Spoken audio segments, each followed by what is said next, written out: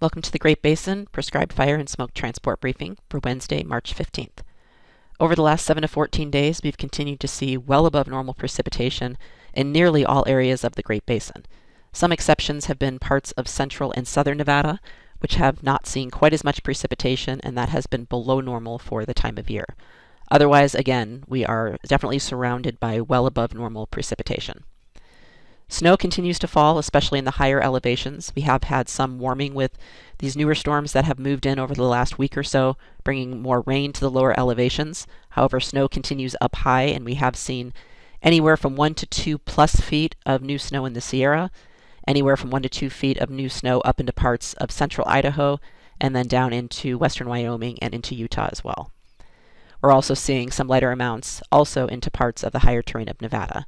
You can see the snow depth on the right, and when compared to normal, the snow pack is still well above normal, above 150 to 200% of normal, in some areas above 250% of normal, especially in the Sierra and into parts of Utah. Further north, we continue to see near normal snowpack, but it has been increasing as storms have brought some new snow to Idaho and Wyoming. So again, all areas of the west doing very well with snowpack this year. Looking at the satellite loop from this morning, the next storm system is currently moving through the Great Basin. This is continuing precipitation across much of the eastern half of the region. We are seeing snow up in the higher elevations with anywhere from 1 to 2 or even 3 feet of new snow expected, and rain showers in the lower elevations. We will see snow levels drop as the cold front that's currently over Idaho and western Nevada move eastward, so we could see those snow levels drop and some snow at some of the lower elevations as well as the system tapers off. Looking at the weather pattern for later today, by this afternoon, most of the precipitation will be located into Utah and the Arizona Strip, with drier conditions moving into Idaho and Nevada. Otherwise, significant fire potential will certainly remain low for the foreseeable future. Transport winds with this system have been gusty over the eastern half of the Great Basin, with some areas gusting over 40 or 50 miles per hour. We saw some stronger winds yesterday across Utah, and we'll continue with those gusty winds as we go into this afternoon further east. Mixing heights will remain in the low to moderate category. Relative humidity will not be a concern, all areas above 30% with this moisture in place, and even with the drier air pushing into the west with the cooler temperatures. Dispersion will also remain good across most areas of the Great Basin with those gustier winds. As we move into Thursday, we are seeing a drier period move in for later in the week from much of the Great Basin, as you can see by the dry air that's pushed into much of the west. Fire potential remains low.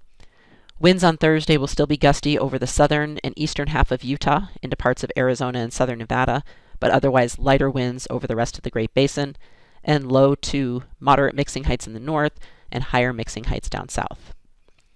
Relative humidity will start dropping over southern and western Nevada, but certainly no concerns with the recent moisture. And dispersion will remain good across Utah and southern Nevada into the Arizona Strip, just with the gustier winds. As we move into Friday, still dry conditions. We may have some moisture moving into the Sierra, but this will be fairly light. Certainly no strong precipitation events taking us into the weekend. And then winds will decrease in nearly all areas on Friday, with the exception of the Snake River Plain, could have some gusty west winds. Otherwise, mixing heights remain in the moderate category. Relative humidity decreases in all areas on Friday, so we will see relative humidities anywhere from about 25 to 40%.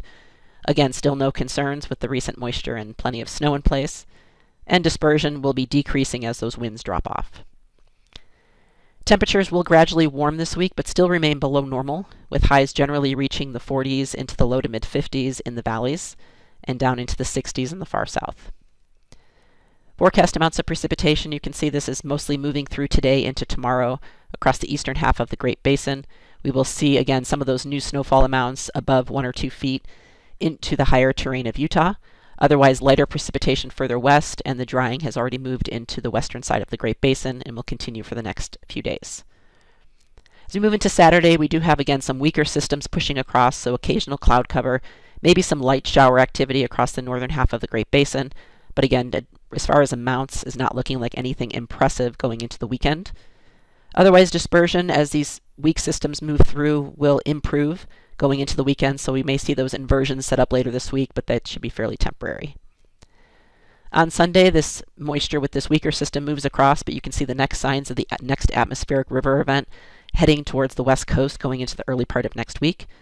So by Monday and Tuesday, we will see plenty of moisture moving across the Great Basin, giving us those shower activity and again the increasing potential for heavy precipitation as we go into next week. Precipitation amounts for days 4 and 5 taking us from Saturday into early Monday again shows generally light precipitation, so anything we do see through the weekend will be pretty scattered and generally on the light variety.